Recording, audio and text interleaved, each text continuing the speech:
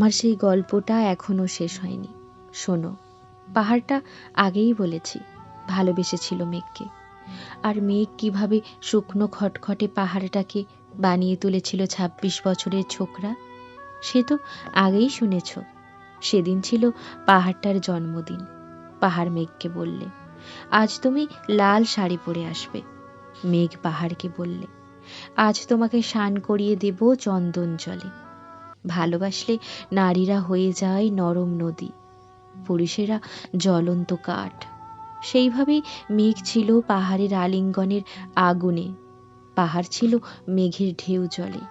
হঠাৎ আকাশ জুড়ে বেজে উঠল ঝড়ের ঝকঝম্প। ঝাঁকড়া চুল উড়িয়ে ছিনতাইয়ের ভঙ্গিতে ছুটে এলো এক ঝাঁক হাওয়া। মেঘের আঁচলে টান মেরে বললে, ওর ছুরি, তোর বিয়ে। এখনো শেষ হয়নি গল্পটা।